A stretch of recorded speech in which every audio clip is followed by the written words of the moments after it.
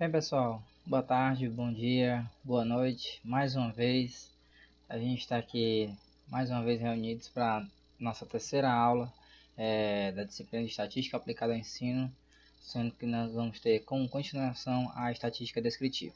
Bom, hoje a gente já falou sobre os conceitos introdutórios sobre estatística, falamos sobre as aplicações principais da disciplina. Falamos sobre os principais tipos de variáveis, séries estatísticas, questionários, gráficos e a sua construção. E agora vamos falar um pouco sobre distribuição de frequência, histogramas e alguns conceitos introdutórios sobre a, a distribuição gráfica. Bom, inicialmente e mais importante da nossa aula é a distribuição de frequência. A distribuição de frequência é a variável, os dados são da maior importância conhecer o comportamento dessa distribuição, porque através dessa distribuição de frequência vão ser construídos os gráficos das circunstâncias e os dados de interesse da pessoa que está observando aquele gráfico, aquela tabela, vão ser mais facilmente distinguíveis de acordo com a natureza desse dado. Então, por exemplo, nesse exemplo 2.2, nós temos uma tabela em que tem a distribuição de frequência daquele nosso exemplo, um exemplo de 36 empregados e os seus respectivos salários. Não, esse exemplo é outro, perdão. A frequência e a porcentagem de 36 empregados da seção de orçamentos da companhia MB, segundo o seu grau de instrução. Esse exemplo são dados daquele nosso exemplo da aula passada. Bom, nós temos aí 12 funcionários dessa empresa de 36. Nós temos 12 funcionários com grau fundamental de instrução, enquanto nós temos 18 funcionários de 36 com nível médio e 6 apenas de um nível superior. Então nós temos uma frequência de 12, 18 e 6 respectivamente. Colocando isso na proporção em relação a 36, nós vamos ter 0,33 em relação ao nível fundamental, que seria 12 dividido por 36, que em porcentagem representa 33% ou 1/3. Enquanto no nível médio nós temos 18 funcionários de 36, que vai dar 50%, que é a nossa frequência relativa. E no ensino superior nós vamos ter 6 funcionários de frequência absoluta, com uma proporção de 0,16 de frequência relativa, totalizando percentualmente 16,67%, certo? Então nós temos aí uma divisão de dados. Então nós temos a frequência absoluta, o número de vezes em que ela efetivamente aparece. Nós temos o número total de observações, que é o N. E nós temos a frequência relativa, que é a proporção da frequência absoluta em relação ao total, certo? Naturalmente a porcentagem vai ser em relação a porcento. Então a nossa segunda coluna é a nossa frequência relativa. A nossa primeira coluna é a nossa frequência absoluta. E a nossa terceira coluna é a nossa distribuição em porcentagem, tá bom? Deixa eu colocar uma canetinha caso eu precise aqui.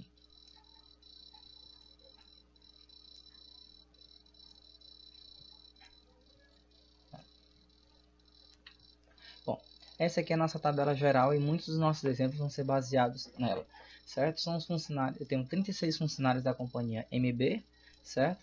E aqui eles estão distribuídos com dados quantitativos, qualitativos, quantitativos contínuos e discretos. Assim como a gente mostrou na aula passada. Nós temos aqui o grau de instrução, que pode ser fundamental, médio superior, número de filhos, naturalmente é uma variável discreta, 1, 2, 3 e tal. Não é uma variável quebrada. Salário número de salários mínimos, né, de 4 a 23,3 salário mínimo. Idade em anos e meses e a região de procedência. Bom, considerando a tabela já apresentada, nós temos aqui essa situação na tabela 2.2 e temos a situação na tabela 2.3. Na tabela 2.3 a gente mostra as frequências e porcentagens dos 2.000 empregados da companhia segundo o grau de instrução. Então nós temos aqui uma outra empresa, certo? Com 2.000 empregados, enquanto essa que nós já discutimos tem 36, certo? Naturalmente os dados e valores são completamente distintos, mas a minha pergunta é: como eu posso comparar a empresa 1 com a empresa 2? Como isso pode ser comparado? Bom, a única situação em que pode comparar uma empresa de 2.000 funcionários em relação a uma empresa de 36 funcionários é apenas percentualmente, porque percentualmente você coloca tudo numa mesma base, certo? Na mesma base, então as coisas podem ser mensuradas. Você falar 30% do meu salário é gasto com moradia. Tanto uma pessoa de baixo poder aquisitivo quanto uma pessoa de elevado poder aquisitivo, tanto uma pessoa de poder aquisitivo baixo como uma pessoa de poder aquisitivo elevado vai ter o mesmo sentimento, né? Essas frequências elas só podem ser comparadas por porcentagem. Bom, na tabela 2.4 nós temos aqui a distribuição de frequência desses mesmos 36 empregados, só que em relação à faixa salarial. Nós temos aqui agora uma distribuição representada por classes. Classe 1, classe 2, classe 3, classe 4, classe 5. Em que varia do menor salário até o maior salário não incluso, tá? Aqui nós temos aqui de 4 a 8 salários, certo? Então aqui tem 10 funcionários que tem de 4 a 8 salários, incluindo 4 salários exatos e não incluindo 8 salários exatos. Então pode incluir 7,99 salários mínimos? Pode. 8 salários mínimos? Não faz parte dessa classe 1 aqui, tá bom?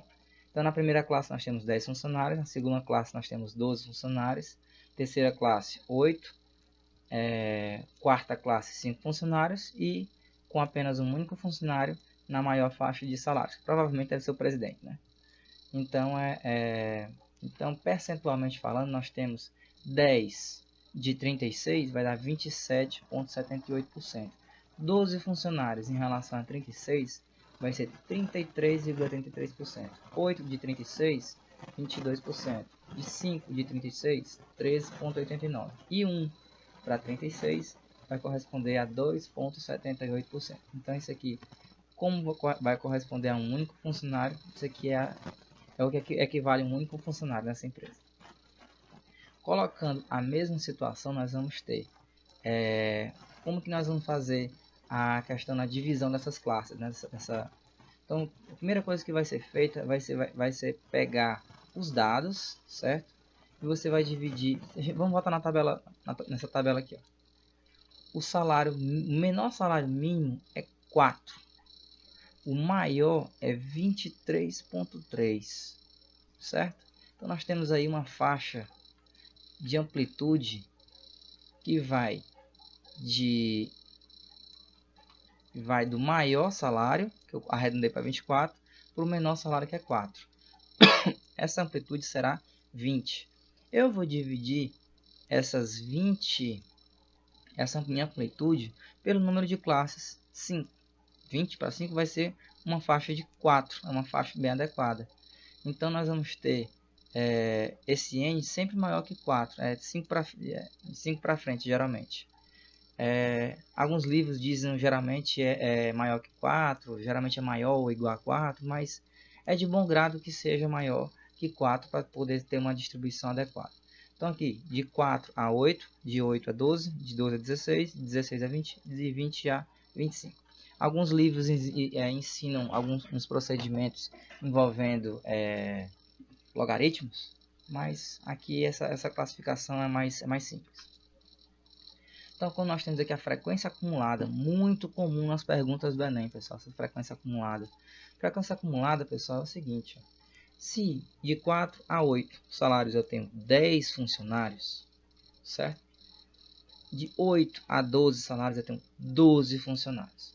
Isso aqui eu tenho aqui na minha classe 1 e na minha classe 2. Frequência acumulada vai ser o seguinte: Aqui na minha classe 1, minha frequência acumulada vai ser equivalente naturalmente à classe 1. A minha frequência acumulada aqui na 2 vai incluir o que já tem na 1 e vai incluir o que já tem, o que vai passar a ter na 2, ou seja, 12 mais 10, 22. Aí na minha frequência absoluta, na classe 12 a 16, eu tenho 8 funcionários que têm essa faixa salarial. Qual a minha frequência acumulada? Ou seja, eu já tinha 22, agora eu tenho 8, eu vou ter agora 30, e assim sucessivamente, tá bom? Então, naturalmente, a minha frequência acumulada da última classe vai ser equivalente ao total da minha frequência absoluta.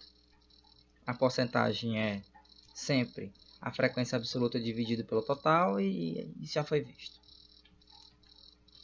As minhas frequências acumuladas, elas vão totalizar de 0% até 100%, como a gente acabou de ver, certo? A minha frequência acumulada, minha porcentagem acumulada vai representar a mesma coisa, só que percentualmente. Por exemplo, 10 dividido para 36 vai ser 27,78%. 22, que é a minha frequência acumulada, dividido para 36, 61%, e ela vai crescendo até 100% cumulativamente, tá? Então, naturalmente, nosso gráfico ele vai representar um gráfico retilíneo linear que vai representar a nossa frequência acumulada. Então, isso é um dado muito simples. Bom, continuando, agora nós vamos representar os diagramas. Os diagramas eles são representações gráficas com a finalidade de proporcionar ao interessado em ler aquela série estatística, aqueles dados, de uma visão rápida, ver rapidamente os dados em que ele se interessa, de uma forma mais legível. Naturalmente, tem diagramas que são de fácil visualização para áreas distintas. A geografia é muito rica em proporcionar diagramas distintos para representar gráficos também distintos, né? Populacionais, dados estatísticos relativos à agricultura, pecuária. Você pode representar de diversas formas possíveis, como eu vou tentar deixar de forma simples daqui a pouco.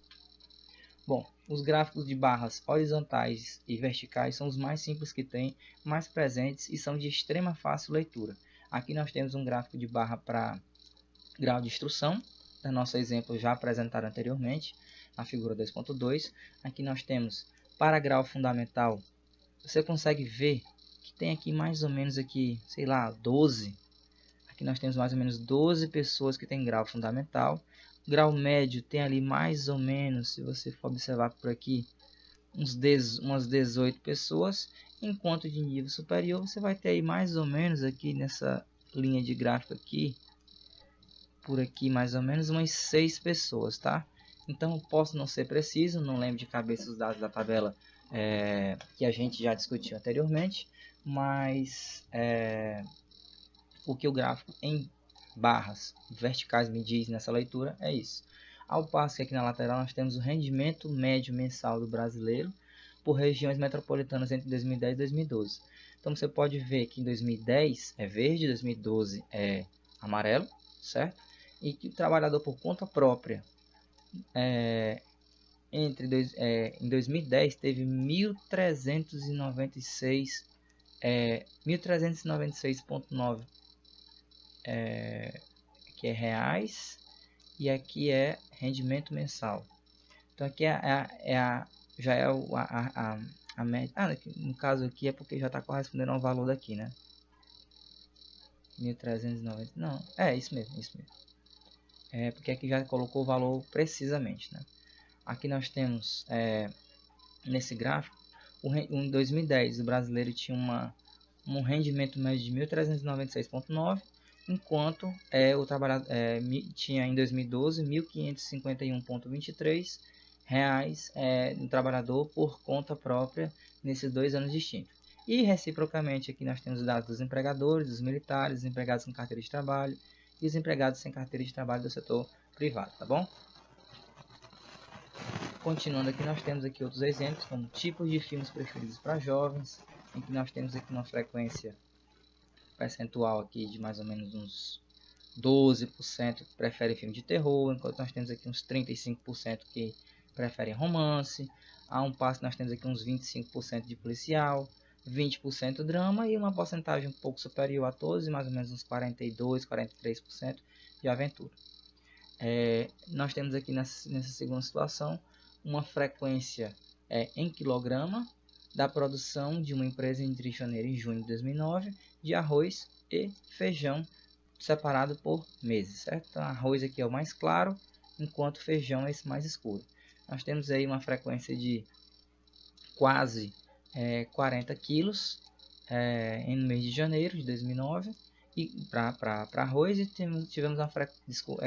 tivemos uma frequência aí de 60 quilos para feijão. O gráfico de setores ou gráfico de pizza é muito comumente utilizado também, especialmente em artigos científicos, para de mostrar facilmente a porcentagem sobre determinada variável. E nós temos aqui o seu nome, gráfico de pizza, porque facilmente sugere visualmente uma divisão de fatias de pizza, né? Nós temos aqui o esporte preferido de alunos de uma escola, o gráfico de nível médio superior daquela variável que a gente já apresentou anteriormente, escolaridade dos participantes do Enem 2015, nós temos aqui 57,98% já concluíram o ensino médio, enquanto 14,94% vão concluir no ano de 2015, sendo que essa estatística foi feita no próprio ano de 2015. Então, esse tipo de gráfico, na minha opinião, é o melhor, é um dos que eu mais costumo utilizar nos textos que eu tenho a oportunidade. É o texto que mais facilmente você consegue colocar as divisões estatísticas em porcentagem. Mas claro, uma opinião pessoal. Gráfico de linhas. O gráfico de linhas ele mostra os dados, os dados em função, os gráficos precisos em função de pontos, certo? Esses pontos representam exatamente o eixo das ordenadas em relação ao eixo das abscissas naquele determinado ponto, sendo que já coloca o valorzinho aqui bonitinho, certo? E você coloca linhas para interligá-las, e o comportamento dessa linha você pode ver que diz muito sobre o comportamento desse gráfico. Por exemplo, aqui nesse gráfico de linhas, eu costumo ver que o valor líquido de uma determinada empresa em 2017, entre o valor líquido e o custo dessa empresa, é decrescente, certo? Quase em todo o intervalo de tempo, entre o mês de janeiro e o mês de outubro de 2017, essa empresa ela teve um comportamento quase que inteiramente decrescente, começando o ano em 406.815 mil e terminando em 38.782.52, certo? De modo análogo ao gráfico ao lado. O gráfico de dispersão para variáveis quantitativas também representa de modo análogo, só que o gráfico de dispersão ele tem uma característica de mostrar mais gráficos em determinado intervalo e não interligá-los por linhas. E essa característica de colocar mais gráficos, dados, mostra a distribuição de pontos em relação ao plano. E essa distribuição de planos é que consegue discernir melhor sobre esse comportamento. Assim, por exemplo, é muito comum para grandezas discretas.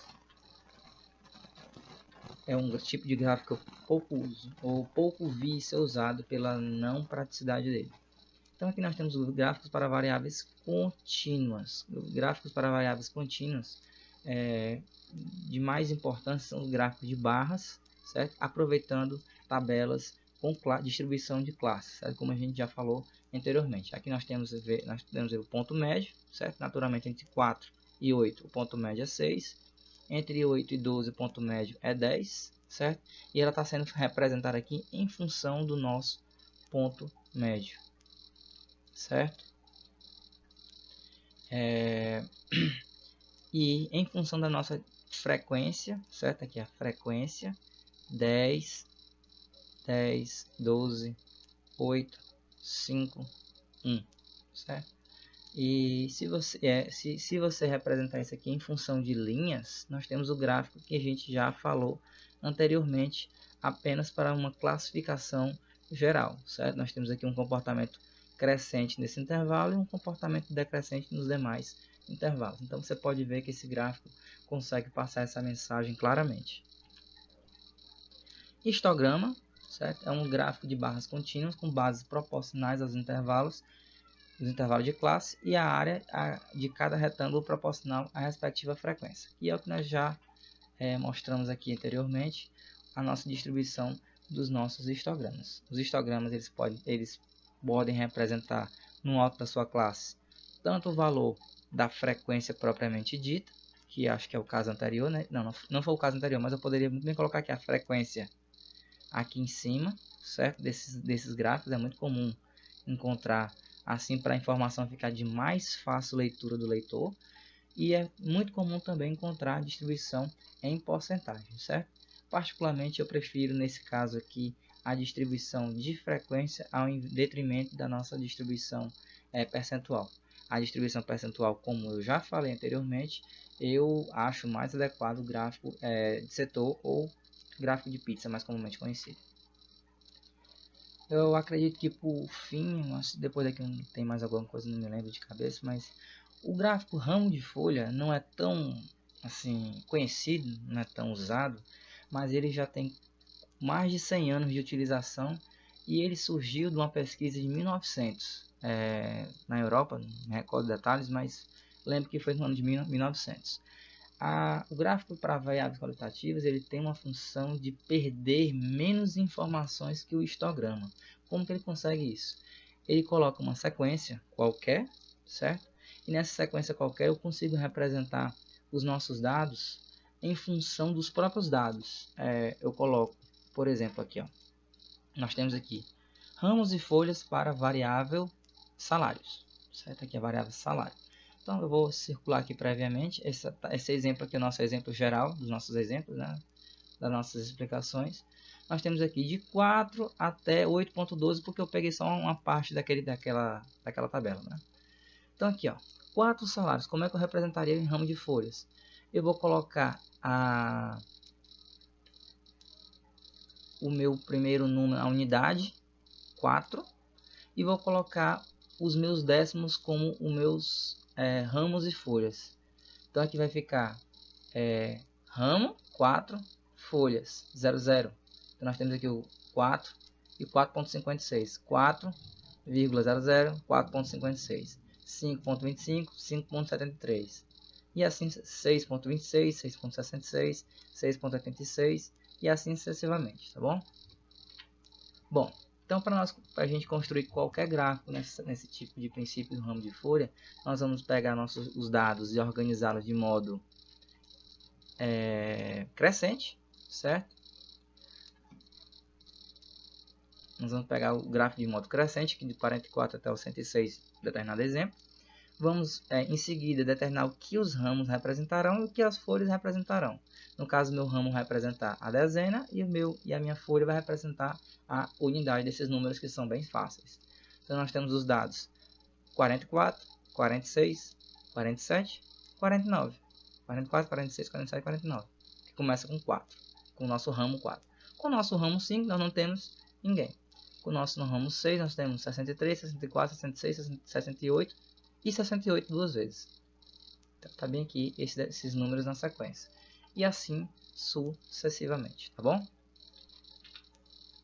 Um outro exemplo é quando nós temos um número negativo nessa sequência, no ramo é colocado de modo análogo o nosso sinal negativo para representá-lo de forma correta. E como são números quebrados aqui, eu posso arredondar esses números, perdendo parte das informações, entretanto, conseguindo representar uma sequência de números grandes de forma mais enxuta. Então, a estatística ela tem ferramentas para representar números de forma que a pessoa que está lendo esses números vai ter um discernimento da sua função e da sua natureza. Então, é de suma importância em que hajam possibilidades distintas para representar dados distintos. Cartograma. O cartograma a gente consegue representar uma carta geográfica, um mapa, né? Colocando variáveis inseridos nesse próprio mapa. Então aqui nós temos um volume, no caso, armazenado, acredito que seja de de chuva, um volume armazenado de barragens, que vai variar de acordo com a cor está representado nesse mapa, nessa distribuição geográfica, tá bom? Então, o cartograma representa um gráfico estatístico sendo colocado em função de um mapa geográfico. Pictogramas são gráficos, assim como a gente já falou, os gráficos histogramas, só que ao invés de colocar barras, nós colocamos algo que está relacionado ao que está sendo discutido. Por exemplo, eu estou falando aqui de frutas preferidas de uma criança pela escola. Para representar a banana, ao invés de eu colocar uma barra aqui, eu estou representando a figura de várias bananas, de modo análogo maçãs, de modo análogo uvas, laranjas e mangas, tá bom? A figura está preto e branco, preto e branco, não está de fácil visualização, mas é isso. Então aqui nós temos um exemplo, certo? Em que eu vou deixar aqui já feito para vocês aqui no slide, em que nós temos uma série estatística com um conjunto de notas de 100 alunos de um determinado curso. Então, para fazer o histograma, ramos e folhas, gráfico de dispersão unidimensional. Pessoal, muitas das nossas questões não são para construir os gráficos. A maior parte das nossas questões são para interpretar esses gráficos, certo? O Enem, os concursos, eles estão aí de modo que a gente consiga ler um gráfico. A importância maior da nossa disciplina é fazer o nosso aluno ler um gráfico e saber as informações, extraí-los de forma correta daquela questão, daquela questão propriamente dita, né? Então aqui nós temos aqui vários dados. Temos como que a gente vai construir um gráfico de histograma, sendo que de 100 alunos, a maior nota foi 10, a pior foi 1,5. Então nós temos uma amplitude de 8,5. Se eu dividir em 5 classes, eu vou ter aí um range aí, vou ter uma variação de 1,7.